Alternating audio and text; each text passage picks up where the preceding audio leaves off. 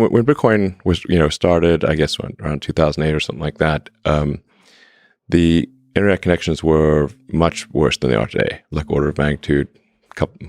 They're way worse, in 2008. So like having a small block size or whatever is, and a long synchronization time made sense in 2008. But to 2021 or fast forward 10 years, it's like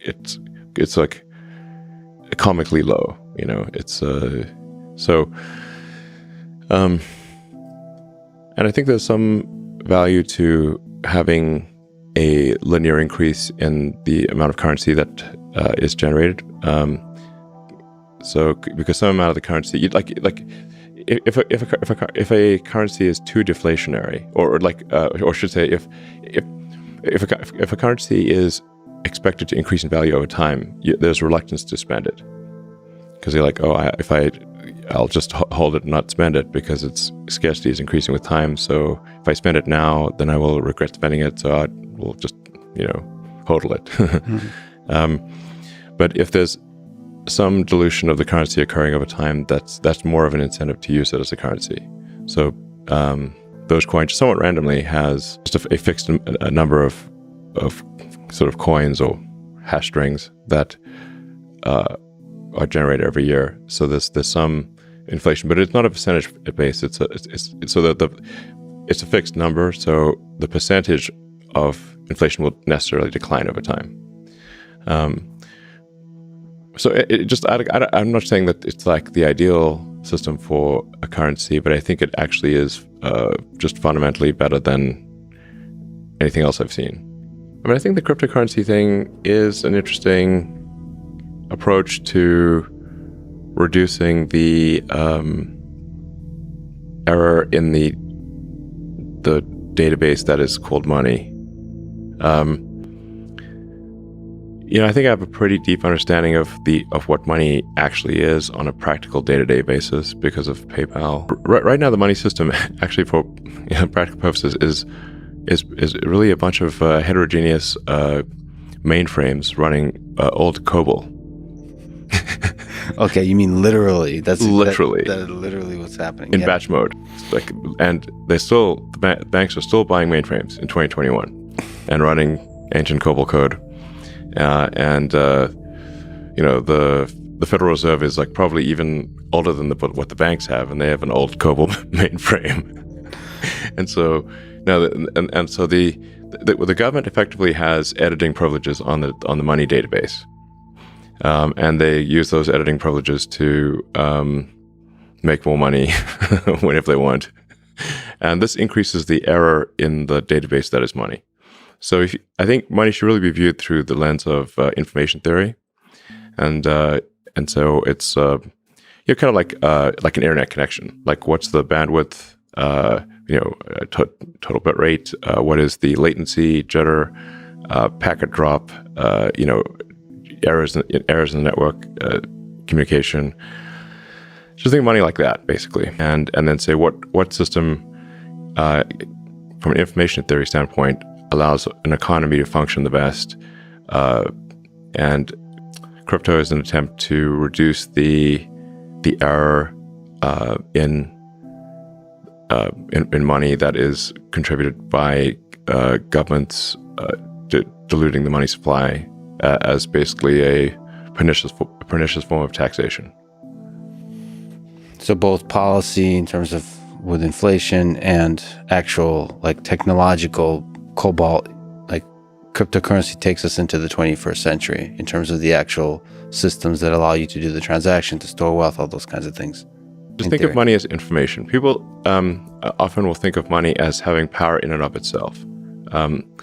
It does not. Money is information, and it does not have power in and of itself. Again, applying the physics tools of thinking about things in the limit is helpful. If you are stranded on a tropical island, and you have $1 trillion, it's useless because there's no resource allocation. Money is a database for resource allocation, but there's no resources to allocate except yourself. So money is useless. if you're stranded on a desert island with no food, all the Bitcoin in the world will not stop you from starving. Yeah. So,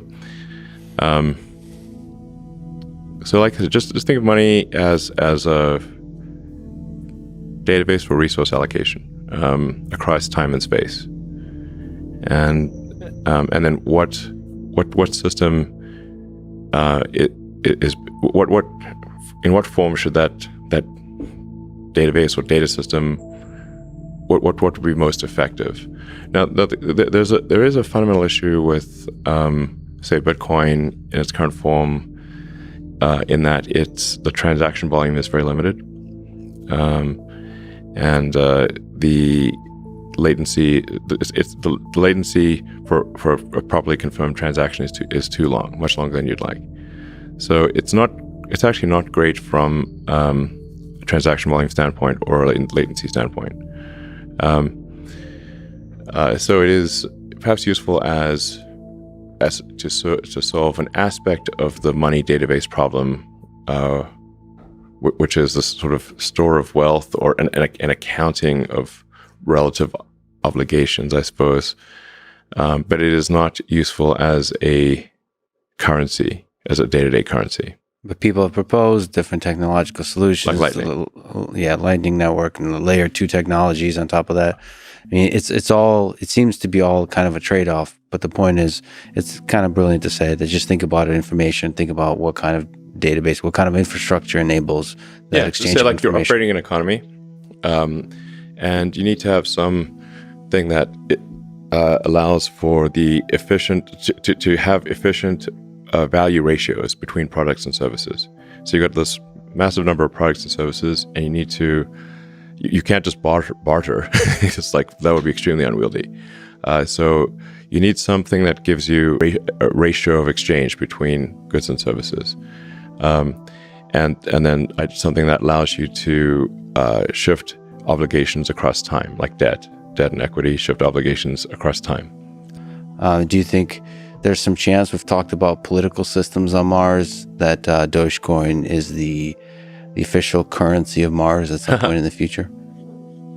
Well, I think Mars itself will need to have a different currency because you can't synchronize due to speed of light.